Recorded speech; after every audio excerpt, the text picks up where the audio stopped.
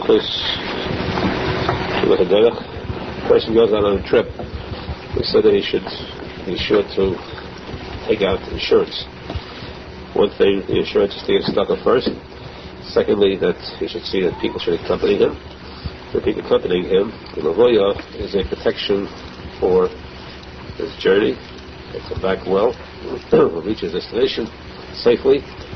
Third, when the person bids farewell to someone, in Hebrew he says, Lech, go, Lech l'shalom, go in peace. There are two ways of saying this, Lech l'shalom and Lech b'shalom. The Gemara speaks about this difference. Go in peace, Lech b'shalom, l'shalom, go to safe journey. The Gemara says that we find these two statements in the posek. When David HaMelech said to Avshalom, the son of Avshalom who rebelled, he said, Lech b'shalom, go in peace. The result was that he ended up dead. He was hung. Yisrael said to Moshe Rabbeinu, Lech l'shalom, go back to Israel l'shalom. He went and he succeeded and he rose up to power. So there are different reasons why, but still it's important. The person who says it in Hebrew should always be careful. Lech b'shalom is what is said to a coffin that is being inserted in the grave. Lech b'shalom means menucha b'shalom. It means rest in peace. You don't say it to a live person. Live person, Lech b'shalom means continue going upwards. So the farewell word should be Lech l'shalom. Must be remembered. The person goes on a journey, he should always remember that in order to ensure the time of his journey, or in order to fulfill a mitzvah, which is found in the mitzvah in Torah, on the road, while he's traveling, he must learn Torah.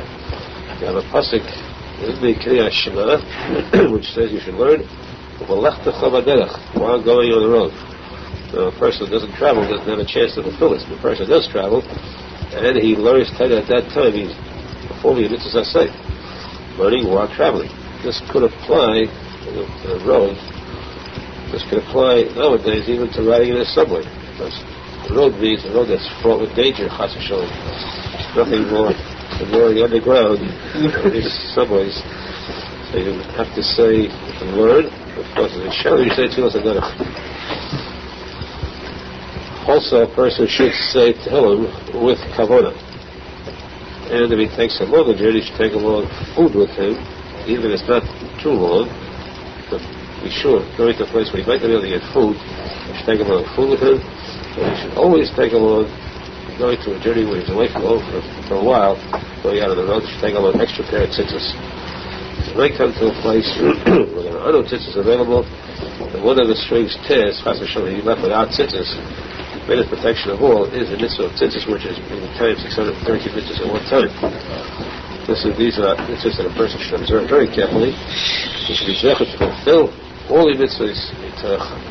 Simcha ve'ahava, ahava, simcha, hira, kayim, mitzvahs of Buddha, the Laktabait, the Klozet Hashem, the Netzachus, to see the light on the Mikdash, one of the Hayda, yes,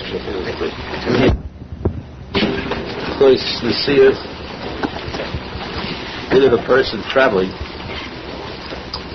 The person is supposed to be careful while traveling to be kind of left to learn Torah, to say Tillim, to be nisa very much in tefillah, to put on a talis gadol, regular talis.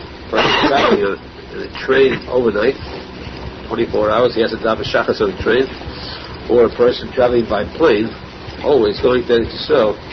So not always. If you have a direct flight, you have to daven on the plane. You should have a talis gadol with you, and to daven with the same care, the same zahidus as you would when you're at home. You should be very careful to daven properly, to daven with a minyan if possible on the plane, and to see to it that the zman is taken care of carefully too, because the zman changes when you travel long distances. In addition, it says that a person should be very careful when traveling out of town, come to different cities and different places, especially the small towns, those who traveling salesmen, businessmen, go out of town, they come to small towns, they want to eat there, they go into any Jewish home and they eat. First, must be very careful to be medactic and to investigate very carefully to see if this house you're visiting is a house that is kosher, whether the owner is reliable. You want to eat meat, especially to make sure that the meat, the owner, the butcher, the shochet in that town is reliable. Who is the dove who's mashkiach on it and so on.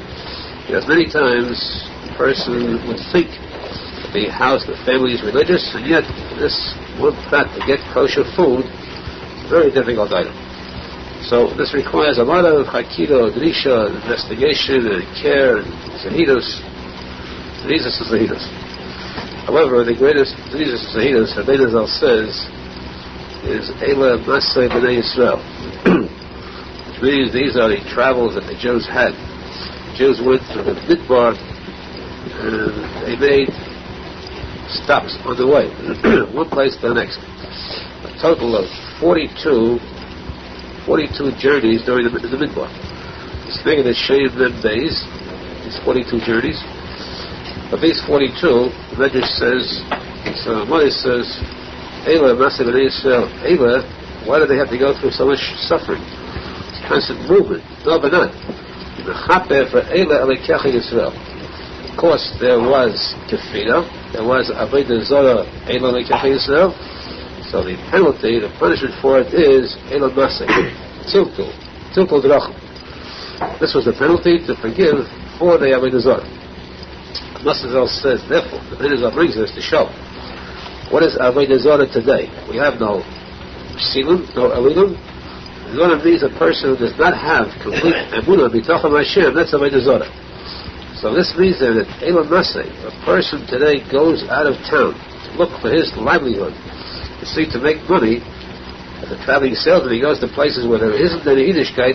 That shows that this is a begun in Eila Elikecha Yisrael. He doesn't have B'tachon that Hashem could provide for him right here in the eating a daily shal sefer. The person has to have this B'tachon, say Hashem will provide for me, Hashem is Zonah the finest I call, Hashem provides for tiny worms also, they don't starve, Hashem will give meat to. This is the sign. He has B'tachon, that he doesn't have the Masay B'nai Yisrael. Masay, which is because of Eila Elikecha, a sign of Begam in Amunah Chas v'Shalom. The person who is chazik b'Amunah b'Emes, this is chazkas Amunah b'Tochon. He should know that he could relax and know that maybe koyach yidbad ish. It's not through a person's own seichel, through a person's own koyach, through a person's own talents, through a person's own business ability. It's only min hashemayim, only because of chasdei Hashem. And this chasdei Hashem comes to those who have a keli to receive it. That keli to receive it is the keli of Amunah. Amunah b'Tochon. We should be zochet to this Amunah b'Tochon b'tachlis hashleimus, and thereby have panasa v'shefa, and with that panasa v'duchnius, true mezayna d'nishmosa, which we should be zochet to say, Piyas Shemkeinu, in this mitzvah later. We start Hilchos Tfilas Mincha, the name of Rabbi Mincha, which is one of the three regular tefillos. The Gemara says that a person should be careful to daven every one of these three tefillos, Shachas, Mincha, and Chassidut. Very Kaddish says this is the kind of the Shema. So the nights are hidden. We hint about these three tefillos. We have Shema. The Shema is Shachas, Mincha, Arvis. The person should be very careful, extremely so, to see to it that he does not show and miss one of these three. When we say you should not miss one of these three, it means also you should not miss davening to the tzivos. And davening with the minyan as much as possible. Of course, there's no excuse for shachas without a minyan, because we explained many times that without a minyan, shachas means he misses the baruch, he misses the shama that comes back to him. The person can walk around an entire day. The person does not hear baruch in the morning. He literally walks around an entire day without a shama. The shama remains outside, his body does not enter. How does he live? The same as an animal. Also have the spirit of life. That's it. Total is life. So there's no excuse for davening without a minyan in the morning. However, the din says that of all three tefillas, Shachas Menachem Mendel, which is the most important one, which one should you strive most, hardest to daven, the Lord says Mincha, more than Shachas Menachem Mendel, more because there's a greater effort on the part of the Baal David and Satan to stop it from davening with. Shachas and Menachem normally, very normal cases, it's easy. The first thing you start in the morning, his regular pattern of life is he gets up, he davens, he eats, he goes to work. At night he comes home, he davens, he eats, he goes to sleep. Of course, in between there is learning too, but it's simple. Before going to work, you know you have to eat, so you know you have to daven also. Person comes home, he has to eat, he has to daven first. So it's part of his routine. However, Mincha is a more difficult item. The person is on the road, or he's in business, or he's at work, or he's occupied at the time, he's doing something during the day. Not always doing the same thing. He can't make himself a regular pattern. So it's much more difficult for a person to daven Mincha the same normalcy he daven Shachas and Menachem. It's much more difficult to get into a routine when Mincha becomes part of the day. It takes much more effort. So says the person should put more effort into it. Because we find that Mincha is a special tefillah in Chassidut, in heaven. Mincha has a special value. The person that davens on Mincha could have his tefillah answered more readily, more warmly than the others. We find that Eliyahu Navi was in a very dire predicament. He had to oppose the few hundred VA Habal. He went into a contest for them to prove who was right. He claimed that Hashem was the Kim, Hashem was the Kim, and they helped to believe in the Baal behind him. He said, let's build a Mizbeach each, and we'll see which one can draw fire. You call upon yours, the Baal, and see if he gets fire for him, it's a miracle. I'll call upon you. You notice if this took place, of course they screamed in vain. There was no reply. In fact, the Zayah Kodesh says, Arizal that these Deviyei Habal were evil, but they weren't that stupid.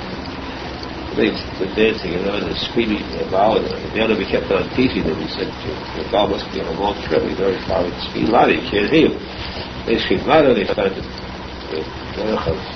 serving their idol was to tear the skin, flesh, and nothing helped. What are they screaming about? Very conscious. That's stupid to think that this wooden statue would really send fire to them. And if fire comes from wood, and if fire, it wouldn't be destroyed itself. Very conscious. It is obvious that very conscious that the Chiyah, was the one, if you recall, who built the city of Yerichai. Because he went against the curse of Yeshua, all his sons died in order. At that time, that Yonavi and Achav, the king, came to visit him, Menachem, and of course, of his claims, and he asked, he said the Shiris, and he asked Yonavi, how come that the curse of Yeshua, the Talmud, came through? His sons died. How about the curse of Yeshua? Rabbi Nachman, who said, if you worship idols, there'll be no rain. Achav had spread an idol throughout the whole land. Why is there rain? And then he got up and swore there'll be no more rain. He took the key to rain. And then finally the key to rain was returning us to the famine.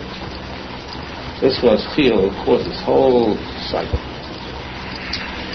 And as soon as the proclamation by Hashem that would be rain came, so he said to the Habal, let's now go cry to him. Let's now go make this contest. And we'll see, at the end of this contest, we'll see who's going to bring rain. And they said, they figured that the whole thing came because of Chiyah, let's fix it. They built the Mizbeach with a trapdoor beneath, and they placed Chiyah in the trapdoor underneath, with, play with matches now. You play with matches, and we scream out in the bow, set fire. We set fire to this carbon, and it looked like we were performing a miracle. This will prove. However, the field was very dead at that time. Also part of the miracle, and that's what happened at times. So they could not perform the miracle with fire. They were put to shame. And then the enemy went, stood up. He had his was built. with water poured into it, which would be more difficult for it to burn. And then he went to a corner and he started to cry to Hashem, Alini L'Kilei. The Gemara says this was the time when the Kiddush Hashem, the whole Jewish nation, is proved with his honor, is proved the Buddha of Hashem. You had to have an Eis Ratzon, a special moment when Tefillah is accepted only at a different time. Times when there is Chesed, times when there is Din, different times in the month, different times in the year. So it shows these different times. In the year you have months that are warm, that are mazel, like Adar, Nisan, Iyar, Sivan. Those 4 months are months of mazel. And then there are 4 months which are Toli in between. Months are Elul, Tishrei, Teshuvah, Kislev. Then there are 4 months, that's actually the opposite, Din, Teves, Shvat, and Tammuz of. Those months are said. Which means there is Chesed, there is Din, during the weeks of days of the week. You have Aleph, Gimel, Dalet involved. Sunday, Wednesday, Friday. There's a Chesed. Thursday are days of Din. We have meeting in Torah, we have these special tefillahs. Then during the day too, the hours of the day are divided. So there's a time, Eis Ratzon, and a time when it's, so Gemara said we see that this requires tremendous Eis Ratzon. When was that Eis Ratzon? The time of Tefillas Mincha. Tefillas Mincha is when the answer came, the Shemayim accepted Tefillas of Yaakov, and all these miracles were made to prove the war Hashem will get. That's why a person should be so careful, so particular, more so about Mincha than about Shachas Imana, because the test is so difficult then. He's busy, he's occupied, he finds difficulty in setting aside time for Mincha. He finds that it's very easy to become so occupied that the day can go by, and all the best intentions will forget. And he suddenly realizes, dark. You forget the Mincha, because there's nothing to remind you during the day. Nothing to remind him, it's his responsibility. The person responsible himself to know that he must remember. He remembers to breathe during that day, he must have Mincha. If you're alive, Mincha is a chiyuv. Again, more so than any other tefillah, so a person should be careful to take this into learn carefully, because this affects practically every person out. A person who is at work, especially during the winter months, summer months, the person is home full time, after you go to shul, have the winter months when there's no, comes some after this time, after dark already, then he's got to solve the problem of how to daven Mincha every single day, preferably with a million. In cases, of course, where you can't help it out of the million, but at least never to forget that Hashem. We discuss next year about the proper Zman, very important. Indian Zman, that's very good in certain context. Reveal the truth about the Indian Zman, which is Zechet, daven properly, regularly, Hashem. Make tefillahs, kavuos, Yeshua Sagdela. Tefillah should only be discovered without sin. Tefillah should be answered. Rabbi should be discovered about Tefillah before the Yerushalmi is discovered. We should see with our eyes the coming of Mashiach Kenu. The video may speak the Shemayim. Tefillah Mincha. The Zman for Tefillah Mincha, there are 2 Zmanim. There are 2 kinds of Mincha. One is called Mincha Gedela, and one is called Mincha Ketana. Mincha Gedela is any time from 12:30 in the afternoon on.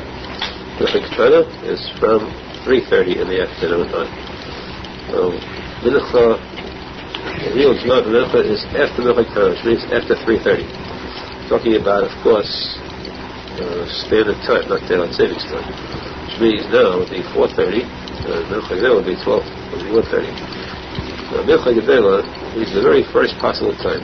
There's no way possible to daven Mincha before 1:30 now at daylight savings or standard time at 12:30. No time ever. The question of a person mistakenly daven before that time, let's say between 12 and 12:30, 1 and 1:30, daven between that time, the question whether he's yet to the evidence. Some will say he must daven over again because his feeling is worth nothing, since that's the time which is neither shachar nor mincha. So that the correct time then is 1:30 on, again 12:30 on 1:30, and this means the shazat chak, because the person has got to leave, he's going to travel, he won't get a chance to daven in the afternoon. He's allowed to daven from this time on. It's much more preferable, if possible, to daven after mincha ketana. And of course, we come to the main question of a minyan, tefillah b'tzibur. When can he get a minyan? Whenever time you get a minyan, that's the time it's better, because tefillah b'tzibur always overrides all other cases. Just one single point to discuss, we have no time enough more. Point that's brought me in some place, very few, who say that if the time came, let's say this is the earliest time, till when is a person allowed to daven? Some say until the shkia, until sunset, some say until 15 minutes after sunset, some say until 15 minutes before the stars come out, before nightfall. However, if there's a minyan, you're allowed to daven after shkia too. What's a minyan? It's best, of course, whole day to daven before shkia, which is this month. Always to daven any tefillah this month. Shachar is a posek. Mincha, daven this month. This month of mincha is before shkia. The question is, if at the time of shkia there's a minyan, is it better to daven the yechidus before shkia or to daven tefillah b'tzibur after shkia? This is the question. At this point, the Mishnah brings psak halacha, and it's better to daven the yechidus before shkia rather than tzibur after shkia. And this seems to be a das yachid, because there are no poskim to mention this halacha. I find that the Sefer Chassidut does say the same thing. I searched many eons, years, look for that book after his name. It doesn't bring him up in the Shad Tzir. I found it in the Sefer Chassidut. However, what I say, really is surely the tefillah b'tzibur is the main thing a person should look for. And if he has no choice, there's no minyan before shkia, minyan after shkia is better to daven minyan after shkia. Unless you get somebody to daven after tzadik and chavruta, they daven late at night, a mincha, that kind of minyan, of course, it's like davening, getting a minyan, daven Shabbos is on Tuesday. There's no big deal. So if it's up to the permissible time, up to tzadik and chavruta before that, then it still has to make some sense. So the idea is to a person to see the Torah should be his mother, he is with it, and tzibur, should be zech and etzachus, come to scatter to Hashem, the to Hashem, and our tefillah should accomplish, that we should see, he has to choose him. We made tefillah mincha, Navi mincha, we said that the earliest month was at 12:30 standard time, and preferably after mincha ketana. It's 3:30 till plag mincha to be all the days, which means an hour and a quarter before sunset. It's all the days. However, the meaning, of course, today is at least until shkia, sundown. There are times that a person finds himself very late, and to start davening the minyan, the minyan finds himself late. It's too late to start the minyan because it's so closer to the dark. They take a shortcut, and the Chazan says what they call a high kedusha. Chazan himself starts straight until the Chayah basically takes kedusha. Chazan says a kilat kodesh. Everyone there goes on to daven by themselves. This is what is done many times in the afternoon too.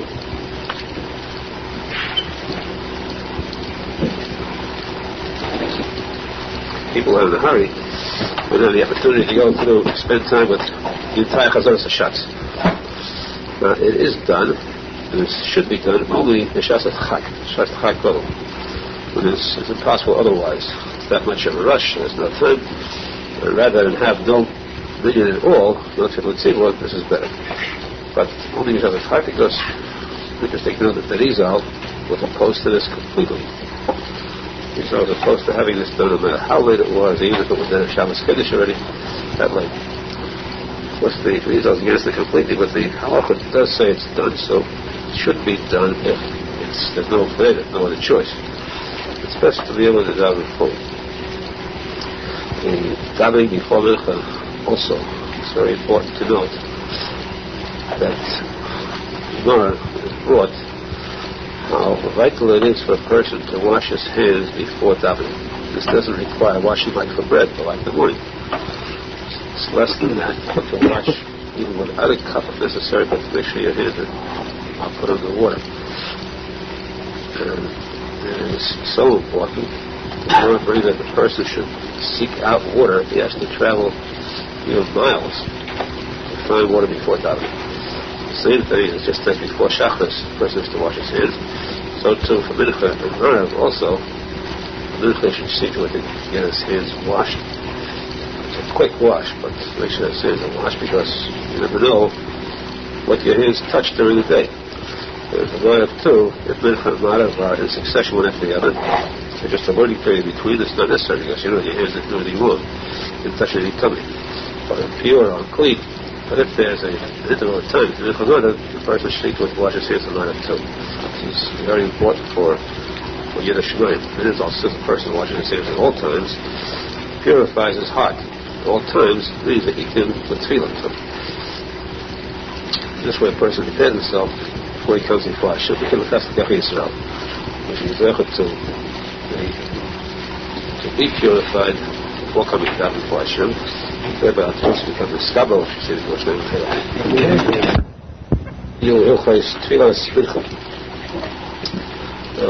in davening Mincha, we have again the halacha of saying kitaynis and kabbanis, of course. We're starting by daber, saying kabbanis and the tilas kitaynis. Of course, the Zaynik when he says that kitaynis, the word kitaynis means the kasher, the bind. Kitaynis is the highest of all the kabbanis. Why? Because Ketaynis reaches so high that it's metaher elam ha'asiyah, purifies this world, the lowest world. In order to purify something that's very low, you need something that's extremely high. That's why Arizal says that a person, if he has committed sin, he has descended at the lowest depth of tumah, he needs a tzadik who goes so high up above to purify the gum he made in the highest of worlds. The lower a person's sin, the bigger the gum, the bigger the deficiency is caused, the elements are in him. So again we have Ketaynis, which is the kasher, all the elements. Ketaynis is the tefillah which Moshe Rabbeinu received as a gift. Not like this world be one item that can stop a game for a plague. This can stop the angel of death, chas v'shalom. So we say this before Tfilas Mincha too. After Kabbalah we say Ashrei, and then Shemini Esrei. Now, if a person comes to shul late, he runs into shul just as starting Shemini Esrei, he should strive every effort to say Ashrei first. Because there are some days that say you should not say Ashrei after Shemini Esrei. If you missed the Ashrei, it's a shout, you didn't make it up afterwards. The halacha is, of course, you could. Can't make it up after Shemini Esrei, but because of this shaila discussion, it's best that a person should, while preparing for the Shemini Esrei, to say Ashrei, not to get into this shaila. If he comes that late that he cannot start with them, in fact, if the chazan is starting Shemini Esrei,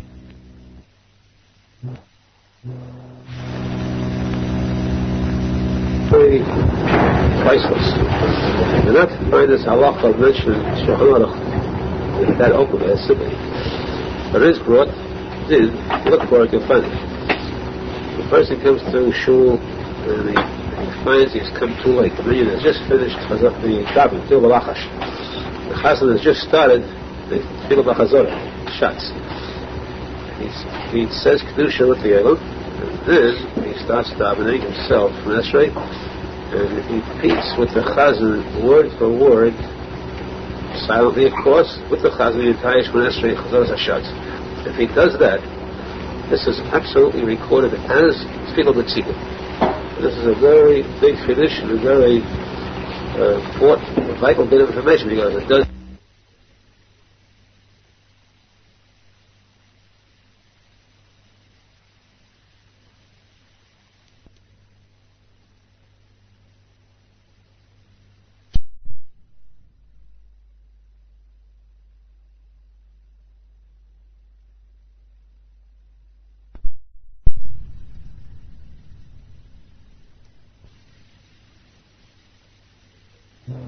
Every person, sometime or time, when he happens to come inside, too late to daven Shmoneh Esrei with the Elul, but he feels a loss. He's lost the chance to fill the tzibur. The fact is that by saying Shmoneh Esrei together with the Chazan, word for word, until the Yaakov showing, he gets full credit, not partial, full credit for saying fill the tzibur. Big, important bit of information that will be used when it's time necessary. So this is after Mincha, we then have the Shaila of Tachnun. We'll take that up in Shul next time. Let's be Zecher. Tefillah B'Yenis, Tefillah B'Cholebov, and be scattered to Hashem through this Tefillah, which needs a Munah, and thereby be Zecher to see the Yaz Mashiach Ken Meirach. We need Tefillah Mincha. After Mincha, after Shmoneh Esrei, it's supposed to say Tachnun, and somehow this has become very lax. Most shuls today. It's important to note that according to the Arizal, there was no laxity in saying Tachnun. Breslov Yeshiva to this day, Breslov and Ulan, are very, very strict about saying Tachnun after Mincha. However, here we see another reason for the din of davening Mincha Bizman. Because the din is that if Mincha is davened too late after the Shkia, you cannot say Tachnun anymore. You cannot say Tachnun at night. We see where also you must daven Bizman because you lose out. Also with Tachnun. Especially a person has to be careful to daven Mincha while it's still daylight, because if it's at night, literally, you can even say Kaddish Eskabel after the Shmoneh Esrei. Well, this is, of course, one of the sicknesses or diseases that exist today, with certain people who feel that it's a mitzvah to daven late, daven very late. You have proof, seeming proof in the Gemara, where it says that Mincha should be daven at the end of the day. Of course, if this means that when the sun is about to set, in other words, rather than daven it Praga Mincha, before Praga Mincha, to daven it at latest, just before Shkia. Those who disregard these going altogether, when it comes to Shkia, they're very cool and lax. Let Shkia just glide by without having daven Mincha. When you go to Tfilas Mincha when it's far past the Shkia, sometimes when it's really dark, it's definitely not this man anymore. They're not davening in Kasha Mincha. It doesn't mean anything. Davening Tefillah when it's not this man at all is not davening. They wouldn't dream of davening Shachars after dark at night. Maybe they would. In some cases we see where they've lost all track of time. But this is a warned about not ever making the error of falling in with those people who don't consider time properly. They must have a Shachas Bizman, Mincha Bizman, and Menachem Bizman. Person who comes to Shul on Friday, just before Shabbos, must be careful too to daven in the Tfilas Mincha Bizman. An interesting discussion of this Halacha. We'll take it up to Menachem Mendel Schneerson on Shabbos Kodesh. Let's hope that we are really careful about this man. The time we have to be shidden Hazman carefully, to guide every minute of our lifetime, spend it properly, and Taina and Tefillah and Reis Hashem, which was Zecher that in our time, to see the Tefillah of Mashiach. Today, Tefillah is Mincha. We know they do that a person forgets to daven Mincha, any Tefillah, and he reminds himself when the next tefillah came up. It's too late to daven that tefillah. He must daven the next tefillah plus The tefillah is much makes up the one he begot. So he doesn't daven mincha until it's dark, until it's actual night. He can't daven mincha then as some do. He said, daven ma'ariv. The two Shemini Esrei make up for the. And this is when the Zidman comes. Let's see, he lights himself around Shkia, sundown, and he can still daven mincha. Light himself even 10 minutes after sundown, also. But even half an hour after Shkia, he still daven mincha, as long as it's before dark. However, at times, when this cannot be done, end of Shabbos Kodesh, he walks into a shul, and finds that they have already started davening, might have, then he should walk out, shouldn't stay in that shul, walk out at least into the outer hall, or go elsewhere, and daven mincha. Now, otherwise, it will mean that time for Ma'ariv has started. And if he walks in, and he hears the Chazan saying Baruch Hu means that the night has begun, regardless of what time it is. Once a person Kabul says Ma'ariv, then the night has begun already. So if he hears the Chazan saying Baruch Hu, in this case, and he has not daven mincha, and it's not dark yet, because we're talking about it Friday night when he Kabul Shabbos early. It's not dark yet, the Chazan is saying Baruch Hu, he should not answer that Baruch Hu. If he is as that Baruch Hu becomes night for him, he cannot daven mincha anymore. But he must wait till daven ma'ariv with them, and then after daven two Shemini Esrei. Same thing holds true with Yentei. Yentei also, Baruch Hu proclaims the Yentei, he comes to shul, and the Chazan starts daven. The Chazan is saying Baruch Hu, not to answer with them, you go to a separate room with this daven mincha, and then come back and daven ma'ariv with them. This means, of course, he's got to daven very quickly to catch up to them. But if he does answer Baruch Hu with them, he has lost his chance to daven mincha. Even though he has in mind not to accept the Shabbos, not to accept the night, it doesn't help. The fact that a person hears Baruch Hu, answers Baruch Hu, right? Him it is nighttime. That as far as him it's nighttime, of course, we're speaking only about Shabbos is concerned. By night. During the week there are some of the other that daven early. There too, we have a din of Ma'ariv, where Ma'ariv has a separate halacha, we have to daven Ma'ariv later. However, it says, Teshuva says, the meaning today is that if you have a minyan davens mincha, they can daven Ma'ariv right after mincha, even though it's just shortly after the Shkia. Just after the Shkia, which means it's quite a bit before dark. It's not this month of Ma'ariv. As long as you have a minyan, they have a right to this matter, this path that's more powerful than this man. As long as it's within the legally prescribed amount, which means that it's after the Shkia, but before dark. They could have a minor with a minyan. If it's before the Shkia, they can still daven minor. The minyan is not even minor, it still is not wrong to daven minor. As long as it's after Plag HaMincha.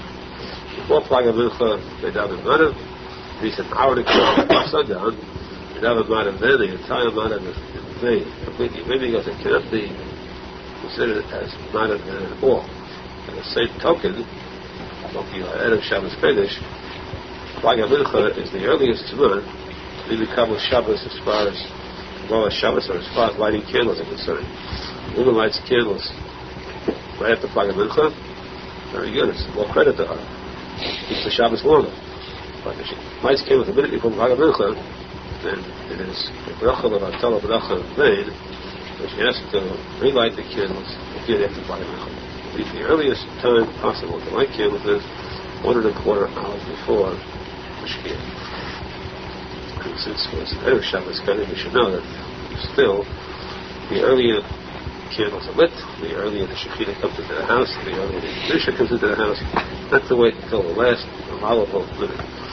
For example, in Kabul the Shekhinah, in Kabul the Kedusha, the Mali, Tafkidedu, Mitzvahs, the Aruch Zohar, the sing of the answer is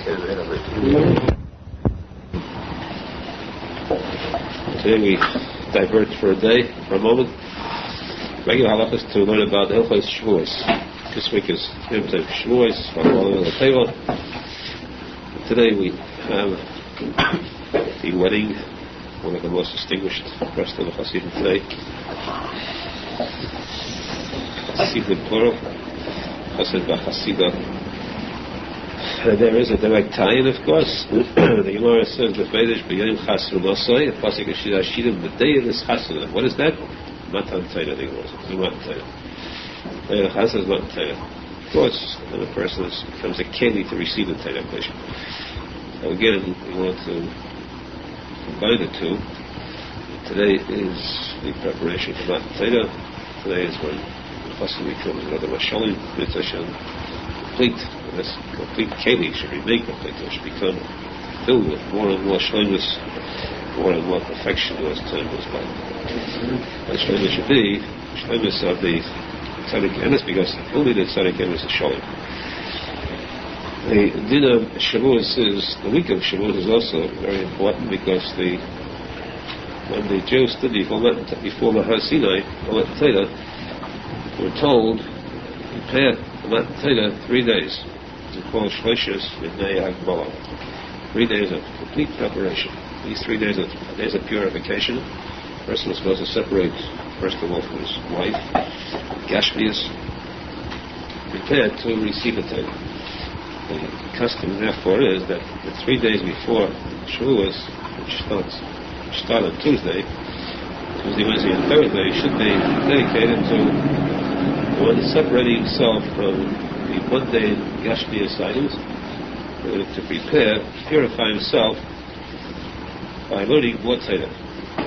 These 3 days definitely must be found time to show the person really wants Torah, and spending more time in the study of Torah. Erev Shavuos, this Thursday, the mikveh that day is of extreme importance. Extreme importance. Of course, the most important mikveh of all is the mikveh nun. Mikveh nun, the mun was heavenly. The mun stands for mikveh nun, the mikveh which contains the 50th degree. Sharanun. That's the mikveh of Shavuos, night, morning, just before davening or seeking. That mikveh is the most important mikveh of the year. Most important is the measure, of course, mikveh of the Shana. But in any event, it's the mikveh of the 50th degree. I say to the person who's left that it's some zechir to go to that mikveh. So that evening, that means the beginning of Shavuos, it's a very clear halacha. Although the person would think that there's a mitzvah to be kabo yentef early, just like Shabbos. Taste of Shabbos. You like it earlier, you accept the Shabbos earlier, you Mekadesh a day earlier.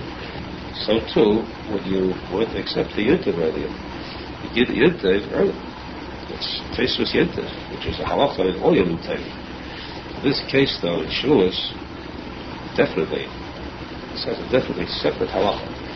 That is, though you come to shul early, but you cannot daven the Yontif tefillah until definitely after dark. It must be after dark completely, where there's no suffix whatsoever, until the stars are out, 100% dark. Because the point is to complete the 49 days of the counting of the Yom. 49 days over at night. If you start Shavuos early, you are subtracting from the 49th day. It's true you're going to the 50th day, which is Shavuos, but that is not, still, you don't have the 49 after you take the 50th. And therefore, the din is, which is custom to din. And that night, which means this Thursday night, you have the daven ma'ariv late, after the stars are out, definitely the zmanah. And then you have a 49 complete days of counting the Yom, those who are effort to complete these 49 days. And that's why, again, we have instituted a system. The new custom is something new. Something new is not good, because never take do minhagim. But this is not exactly new. This is a tikkun, which is a very healthy one. It's not a minhag, it's not halacha. It's a very healthy item, which would be wonderful if the whole world would adopt this. In the morning, after Shabbos, to count the Yom without a bracha, as we have done.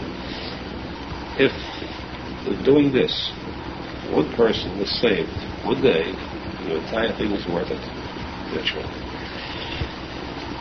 We complete the 49 days of the week, so we take upon ourselves the 50th day, which is Shavuos, the Yom Tov, which is so important that it is brought to Moshe that there never has been, never will be, there